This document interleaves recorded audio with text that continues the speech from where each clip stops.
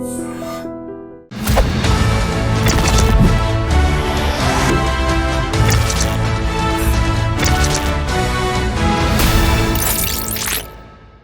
నమస్కారం. నేను Swaroopa Potlapalli. Welcome to iDream. CM Revanth Reddy అధ్యక్షతన కమాండ్ కంట్రోల్ రూమ్లో టాలీవుడ్ ప్రముఖులతో జరిగిన సమావేశంలో పలు అంశాల మీద నిర్ణయాలు తీసుకున్నారు. అయితే తెలుగు సినిమా బ్రాండ్ను పెంచాలని, అలాగే హైదరాబాద్ను ఇంటర్నేషనల్ సినీ హబ్గా చేయాలని సీఎం రేవంత్ రెడ్డి సినీ ప్రముఖులకు చెప్పినట్టుగా తెలుస్తోంది. ఎక్కడ బెనిఫిట్ షోస్ గురించి కానీ, టికెట్ల పెంపు గురించి కానీ చర్చ అనేదే రాలేదని ఎఫ్డిసి చైర్మన్ గా ఉన్న దిల్ రాజు చెప్పారు. అంటే అసెంబ్లీలో చేసిన ప్రకటనకే సీఎం రేవంత్ రెడ్డి కట్టుబడి ఉన్నారా? ఇక మీదట బెనిఫిట్ షోస్ కానీ, అలాగే టికెట్ల రేటు పెంపు కానీ ఉండదా?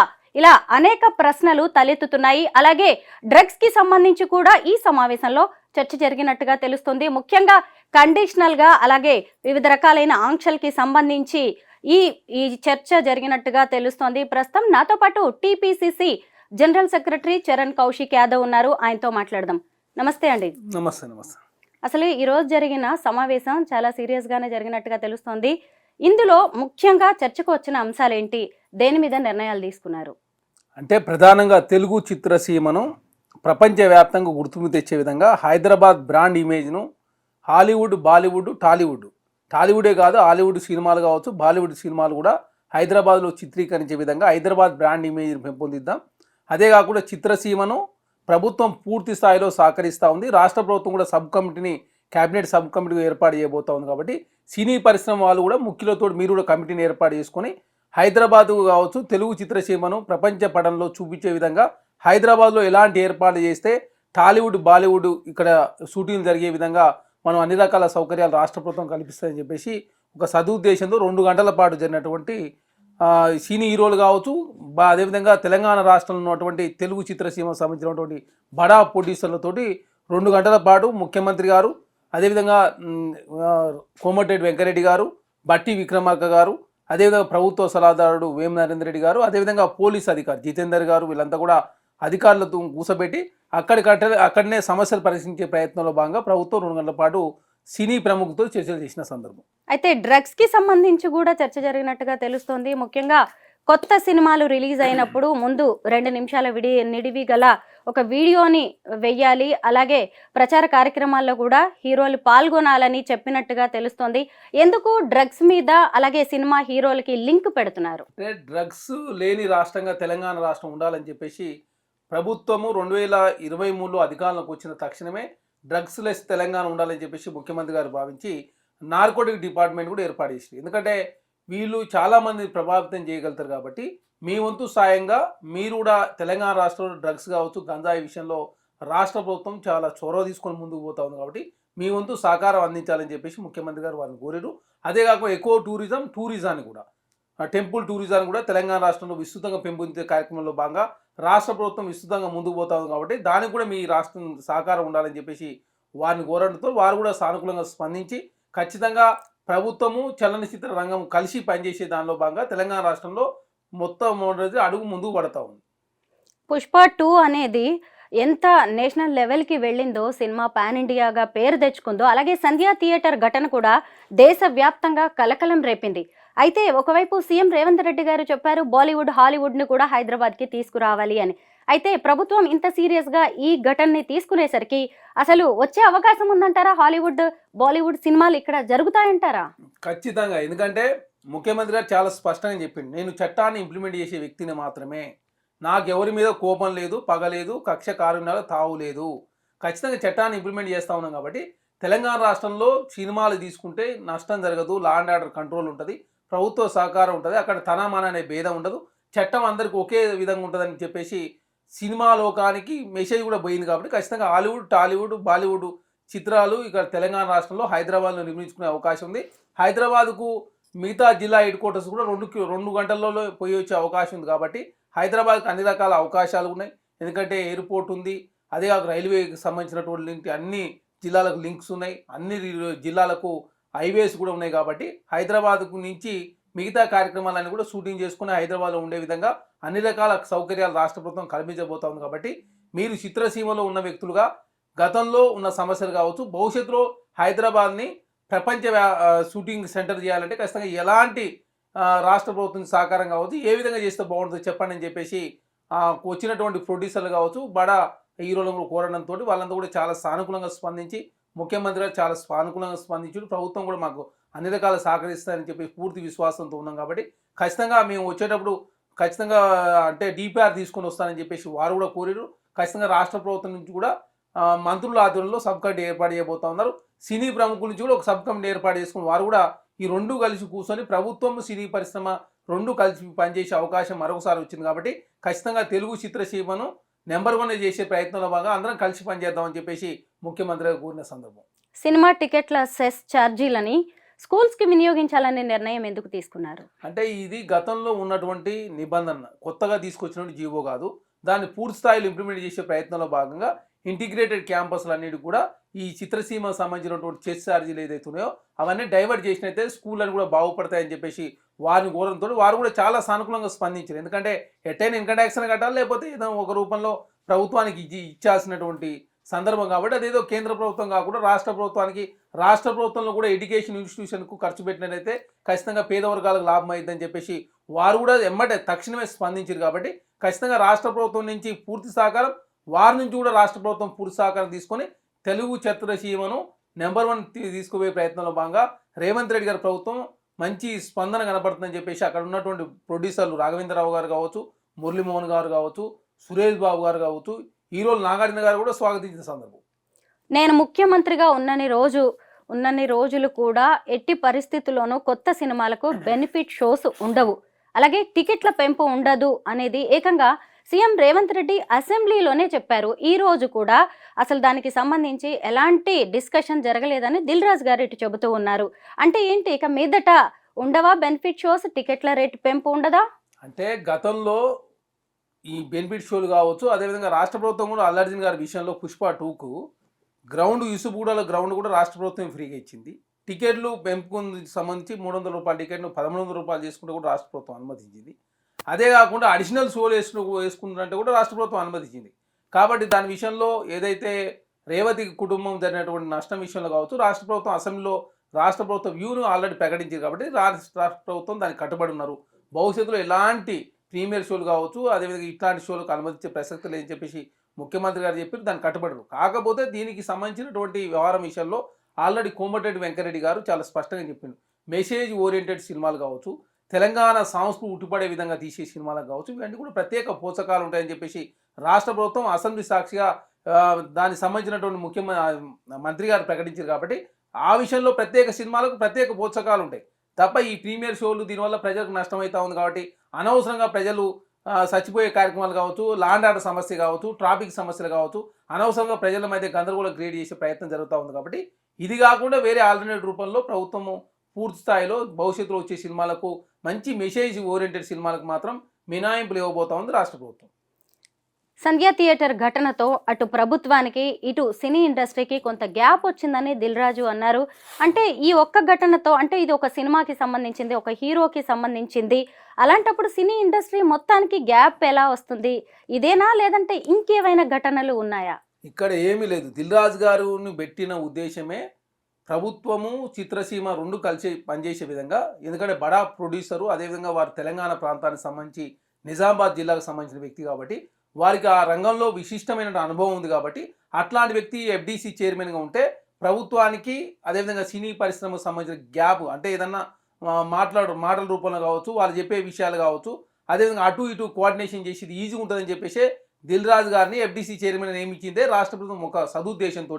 ఆ విషయాన్ని ఈరోజు ముఖ్యమంత్రి గారు చాలా స్పష్టంగా చెప్పిండు.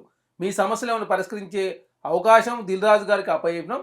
దిల్ రాజు గారు ఏమన్నా కూడా మాతో కోఆర్డినేషన్ చేస్తూ మీతో మాట్లాడతాడని మేము వారిని చైర్మన్గా నియమించినాం. వారు దుబాయ్లో ఉండడంతో ప్రధానంగా ఈ పుష్ప 2కు సంబంధించి కొంత గ్యాప్ ఏర్పడిన మాట వాస్తవం. దాని విషయంలో కూడా ప్రభుత్వం ఎవరి మీద మాకు కోపం లేదు.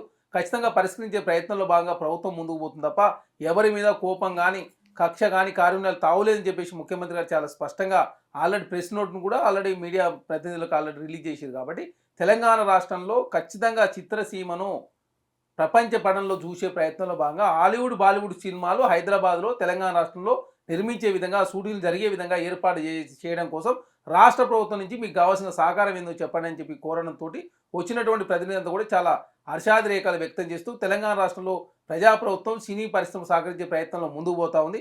అదే కాకుండా చాలా స్పష్టంగా ముఖ్యమంత్రి గారు చెప్పారు, 10 సంవత్సరాల కాలంలో సినీ ప్రముఖులకు సంబంధించి అవార్డు కూడా లేవు కాబట్టి గద్దర్ గారి పేరు మేము అవార్డులు కూడా ఏర్పాటు చేయడం జరిగిందని చెప్పేసి ముఖ్యమంత్రి గారు చిత్రసీమను ముందుకు తీసుకు ప్రయత్నంలో భాగంగా మేము ఏర్పాటు చేసినాం కాబట్టి మా నుంచి పూర్తి సహకారం ఉంటుంది, మీ నుంచి కూడా సహకారం ఉన్నట్లయితే ఖచ్చితంగా తెలుగు చిత్రసీమను ముందుకు తీసుకుపోదామని చెప్పేసి ముఖ్యమంత్రి గారు వచ్చిన ప్రతినిధులు కూరిన సందర్భం కాబట్టి ఖచ్చితంగా తెలుగు చిత్రసీమను ముందుకు తీసుకునే ప్రయత్నంలో భాగంగా కాంగ్రెస్ ప్రభుత్వం ముందుకు పోతా ఉంది.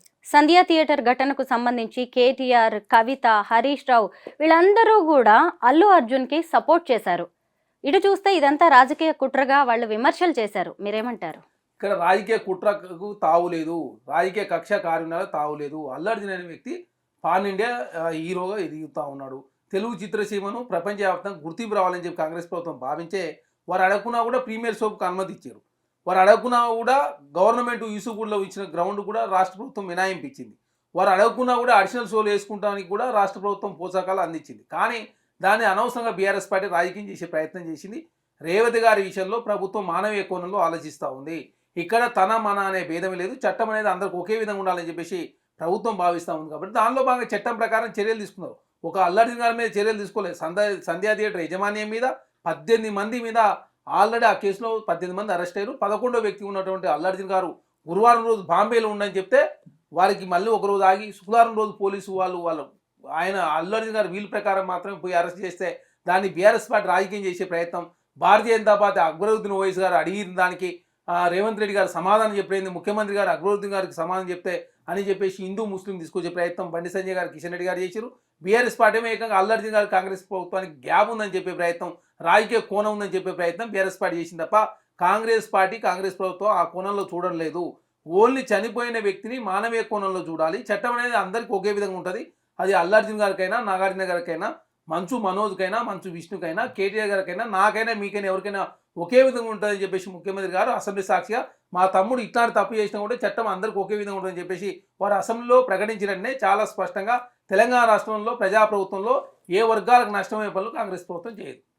చరణ్ గారు, అయితే ఈ మీటింగ్ చాలా సానుకూల వాతావరణంలో జరిగింది అని చెప్పి దిల్ రాజు గారు చెప్తున్నా, ఇంకొంత వైపు చూసినప్పుడు ఈ మీటింగ్లో పాల్గొన్న సినీ ప్రముఖులు చాలా అసంతృప్తి వెళ్ళగక్కుతున్నారు. ముఖ్యంగా చాలా ఆంక్షలు విధించారు, కండిషనల్ డైరెక్షన్లో ఈ మీటింగ్ జరిగింది అనే ఆఫ్ ద రికార్డ్ వార్తలు కూడా వినిపిస్తున్నాయి. ఇక్కడ ఎలాంటి కండిషన్ లేవు. 2 గంటల పాటు మంచి వాతావరణంలో హీరోల నుంచి నాగార్జున గారు, వెంకటేష్ గారు, అదేవిధంగా సినీ ప్రొడ్యూసర్ సంబంధించి అల్లు అరవింద్ గారు, దిల్ రాజు గారు, వారితో పాటు రాఘవేంద్రరావు గారు, సురేష్ బాబు గారు, వీళ్ళంతా బడా ప్రొడ్యూసర్లంతా కూడా వచ్చిన సందర్భం కాబట్టి ఎట్టి పరిస్థితుల్లో తెలుగు చిత్రసీమను ముందుకు తీసుకునే ప్రయత్నంలో భాగంగా ఏది చేసినా కూడా రాష్ట్ర ప్రభుత్వం చేసింది. గతంలో మర్రి చెన్నారెడ్డి గారు కావచ్చు, కాంగ్రెస్ ప్రభుత్వాలే ఆనాడు మద్రాసు నుంచి హైదరాబాద్కు తెలుగు చిత్రసీమ వచ్చిందని దాని కారణం కాంగ్రెస్ ప్రభుత్వాలు. అదే కాకుండా ఆనాడు ఉన్నటువంటి అక్కినేని నాగేశ్వరరావు గారు కూడా మంచి ప్రోద్బలంతో హైదరాబాద్కు చిత్రసీమ వచ్చింది.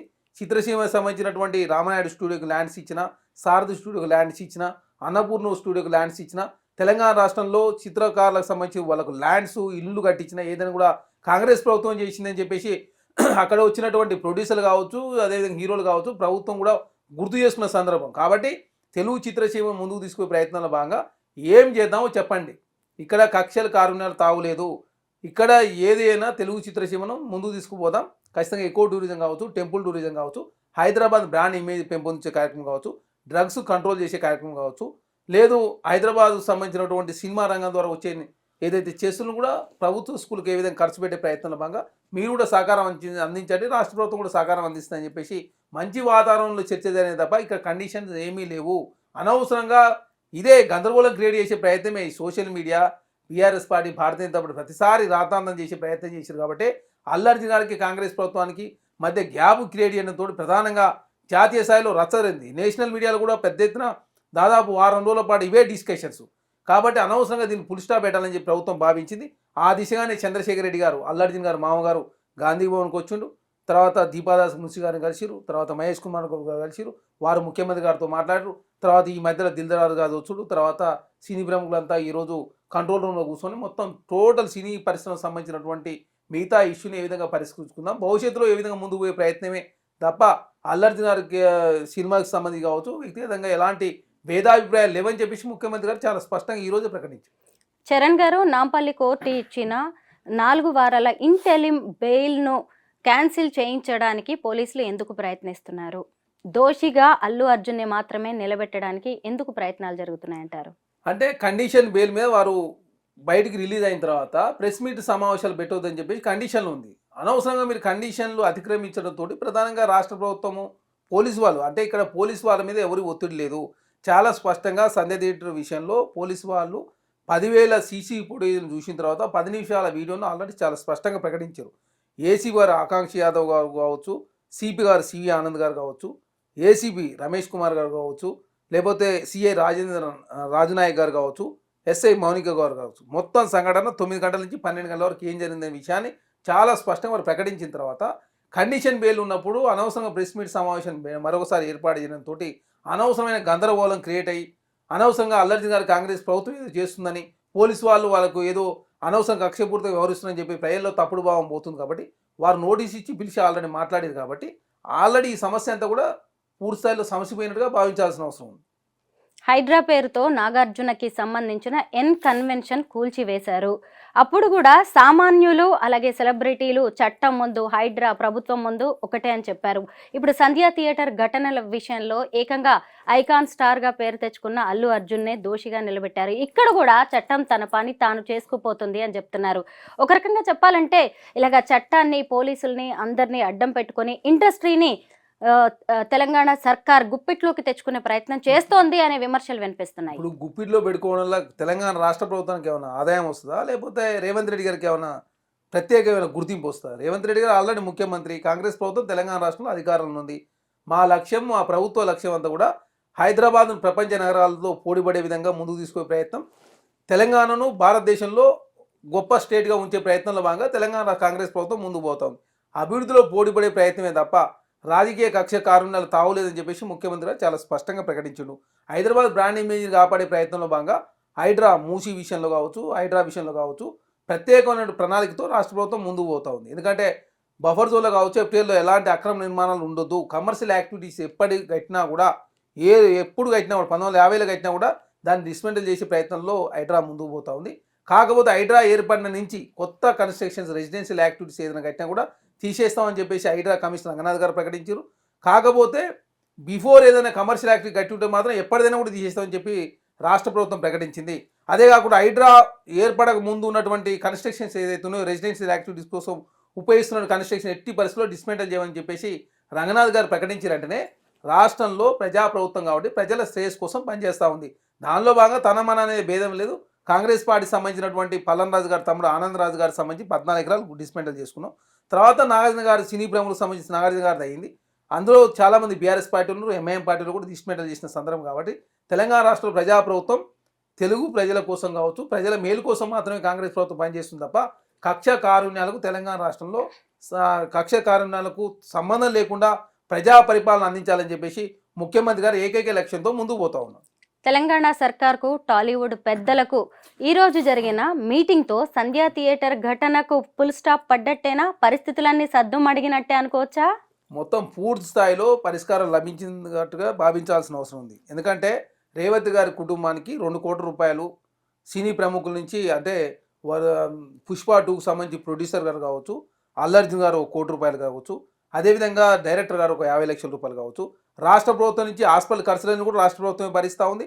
అదేకాక రాష్ట్ర ప్రభుత్వం 25 లక్షల రూపాయలు ఆల్రెడీ రేవంత్ గారి కుటుంబానికి ఇవ్వబోతూ ఉంది.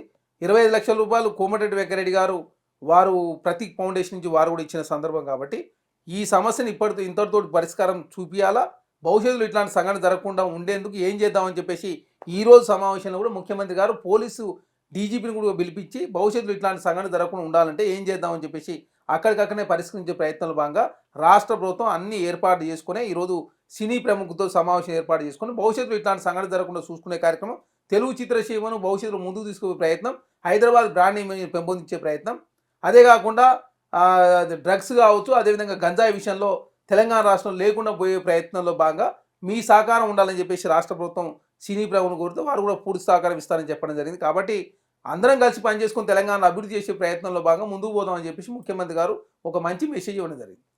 ముఖ్యమంత్రి గారి విజన్ అలాగే తెలంగాణ సర్కార్ ఉద్దేశం ఈరోజు జరిగిన మీటింగ్ విశేషాలన్నిటినీ మాకు పాయింట్ టు పాయింట్ చెప్పినందుకు thank you so much. Thank you.